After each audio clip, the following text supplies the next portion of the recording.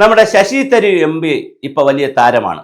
അദ്ദേഹം BJP പോകുമോ, BJP പോകുന്നതാണ് നല്ലത്, കോൺഗ്രസ് ഇച്ഛിച്ചാണെങ്കിൽ അദ്ദേഹത്തിന് BJP യിൽ പൊക്കൂടെ, ഇങ്ങനെ തുടങ്ങി ഒരുപാട് ചർച്ചകളും ബഹളങ്ങളും. രാഷ്ട്രമാണ് വലുത്, രാഷ്ട്രീയം എനിക്ക് രണ്ടാമതാണ്, രാഷ്ട്രീയമാണ് പ്രധാനം, രാഷ്ട്രം പിന്നെയാണ് എന്നൊക്കെ പറഞ്ഞ് നടക്കുന്നു. ഞാനിപ്പോൾ പറയാൻ പോണ വിഷയം അതല്ല.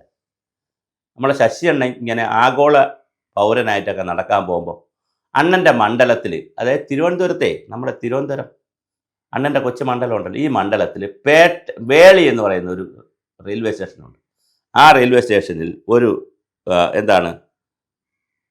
Kochuveli automatic coach washing plant ഉണ്ട്, റെയിൽവേയുടെയാണ്. അപ്പോൾ ഈ ആട്ടോമാറ്റിക് കോച്ച് വാഷിംഗ് പ്ലാന്റ് ഉപയോഗിച്ച് ട്രെയിനുകളൊക്കെ ശുദ്ധീകരിക്കുന്നതിനും വൃത്തിയാക്കുന്നതിനൊക്കെയുള്ള ഒരു പ്ലാന്റാണ്. അതിപ്പോൾ തിരുനെൽവേലിയിലേക്ക് കൊണ്ടുപോവുകയാണ്. തിരുനെൽവേലിയിൽ ഇതിനേക്കാൾ ജലക്ഷാമമുള്ള സ്ഥലമാണ്. ഇവിടെയാണെങ്കിൽ ഈ കൊച്ചുവേളിക്ക് അടുത്ത് ഉള്ള സ്ഥലത്ത് തന്നെ തിരുവനന്തപുരം ജില്ലയിലെ പൊല്യൂട്ടഡ് ആയിട്ടുള്ള വാട്ടർ ട്രീറ്റ് ചെയ്യുന്ന നല്ല പ്ലാന്റ് ഉള്ള സ്ഥലമുണ്ട്. അപ്പോൾ നല്ല പ്ലാന്റ് ഉണ്ട്. ഈ പ്ലാന്റിനുള്ള ജലം എടുത്ത് വേണമെങ്കിൽ നമുക്ക് തീർച്ചയായിട്ടും നമുക്കെന്ത് ചെയ്യാം, ഇത് നമുക്ക് നന്നായി കൊണ്ടുപോകാം. പക്ഷേ നിർഭാഗ്യവശാൽ അത് തിരുനെൽവേലിക്ക് കൊണ്ടുപോകുമെന്ന് ദക്ഷിണ റെയിൽവേയുടെ മാനേജർ അറിയിച്ചിട്ടുണ്ട്. പിന്നെ സിൽവർ ലൈനെക്കുറിച്ചുള്ള കാര്യങ്ങൾ പറയുന്നു, കുറേ കാര്യങ്ങൾ പറയുന്നുണ്ട്. പക്ഷേ എന്തായാലും ഈ പ്ലാന്റ് നമുക്കിവിടെ നിന്ന് നഷ്ടമാവുകയാണ്.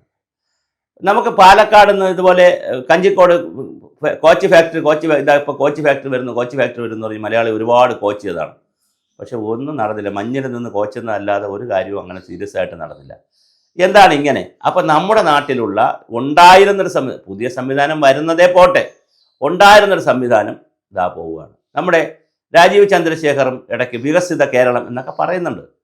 ഈ വികസിത കേരളത്തിൽ നമ്മുടെ പ്ലാന്റ് എവിടെയാണ്? ഈ പ്ലാന്റ് എന്തിനാണ് തിരുനെൽവേലിയിൽ കൊണ്ടുപോകുന്നത്? തിരുനെൽവേലിയിൽ കൊണ്ടുപോകുന്നതിനോട് എതിർപ്പൊന്നുമില്ല. നമ്മുടെ അടുത്ത് തന്നെയാണ് തിരുനെൽവേലി, അതിനോട് യാതൊരു എതിർപ്പുമില്ല, രാജ്യവിരുദ്ധതയൊന്നും അല്ല പറഞ്ഞത്. പക്ഷേ നമ്മുടെ സംസ്ഥാനത്ത് തുടങ്ങി വെച്ചൊരു സാധനം, സംസ്ഥാനം നന്നായി നടക്കുന്നൊരു സാധനം എന്തിനാണ് മാറ്റിക്കൊണ്ടുപോകുന്നത്? എന്താണ് അതിൻ്റെ കാരണമെന്ന് മാനേജർ പറഞ്ഞിട്ടില്ല. അപ്പോൾ നമ്മുടെ ശശി അണ്ണൻ ഇങ്ങനെ ആഗോള പൗരനായിട്ടൊക്കെ നടക്കാൻ പോയി ലോകം മുഴുവൻ കീഴടക്കാനൊക്കെ പോകുന്ന സമയം കൊണ്ട് കാൽ കീഴിലെ മണ്ണ് അടിച്ചു പോണത് കാണണം.